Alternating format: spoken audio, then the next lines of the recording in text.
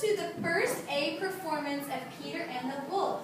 This was originally with music by Sergei Prokofiev, but our class has composed new music with our instruments to make this story come alive. Here are our characters. Peter is played by the triangle.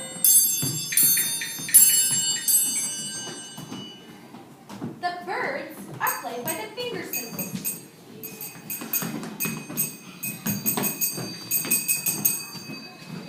The duck is played by the güiro.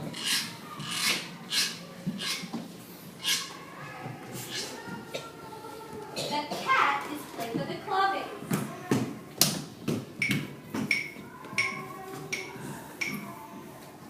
The hunters are played by the woodblock.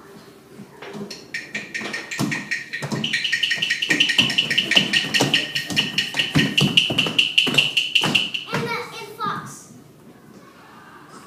The grandpa will be played by the gong.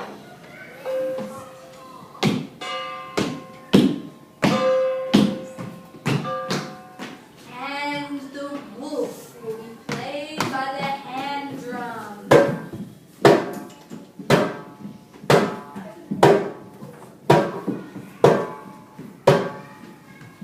Now, here's our story. Early one morning, while his grandpapa was still dreaming of an angel and a bear and a runaway wolf, Peter tiptoed from the cottage out to the garden, past the fat duck, and he skipped out onto the wide green meadow. The little bird said, "Good morning, Peter," and chirped, "What a fine day."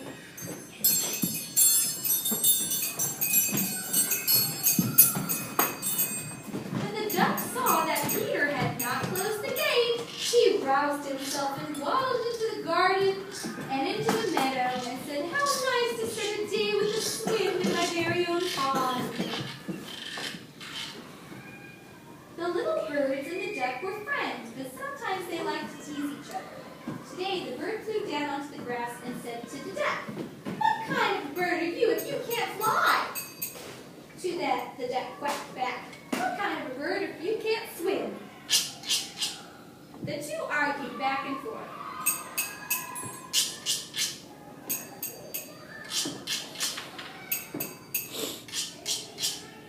"You can't fly," twittered the birds.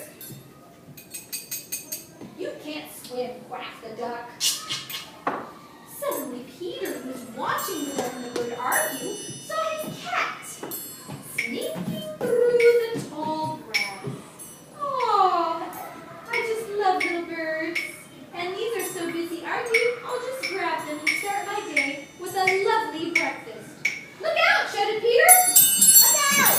The birds instantly flew up the tree past the duck, and the duck quacked angrily from the middle of the pond. Meanwhile, Peter's grandpapa was up and about, and wondering where Peter was. He came stomping out of the garden and into the meadow.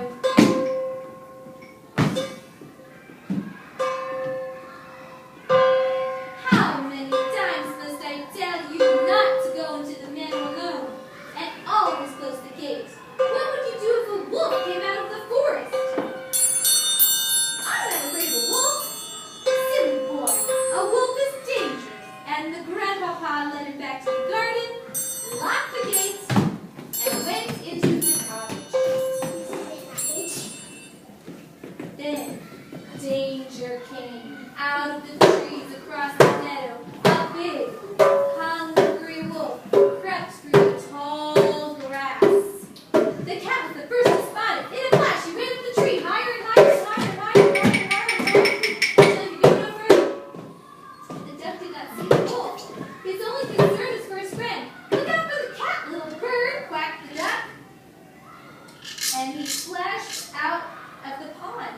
The poor little duck did not see the wolf until it was too late. He flapped his wings as fast as he could and tried madly to fly, but the wolf went faster and faster, and he came closer and closer and closer and closer and closer and closer, and one big gulp, he swallowed the duck cold. The wolf licked his lips and trotted over to the tree. He paced around and around, staring up at the cat. "That was after you," trilled the little bird. Trilled the little bird. "And I'm after you," said the cat. Said the cat. "Come down and play with me," said the wolf. "I won't hurt you." "Come down and play with me," said the wolf. "I won't hurt you." Peter was watching all of this. "I'm not afraid of the wolf," he said. And he ran to the cottage, grabbed a strong rope, climbed up the tree, and whispered to the bird, "Fly down in a circle around the wolf's head. But be careful! Don't get too close." The bird swooped near the wolf's head.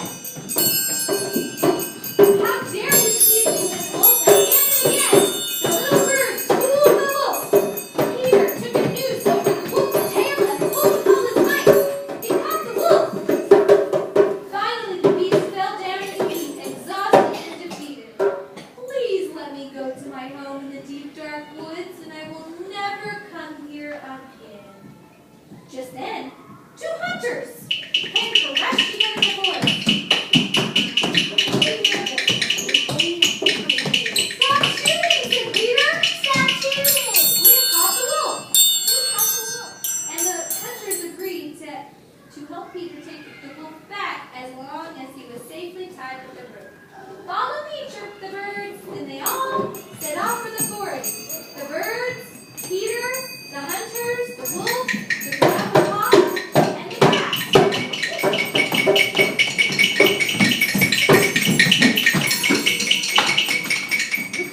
The duck? What about the duck, you say? The duck was making such a quacking and thrashing in the wolf's stomach that the wolf felt guilty and coughed him out so he could join the procession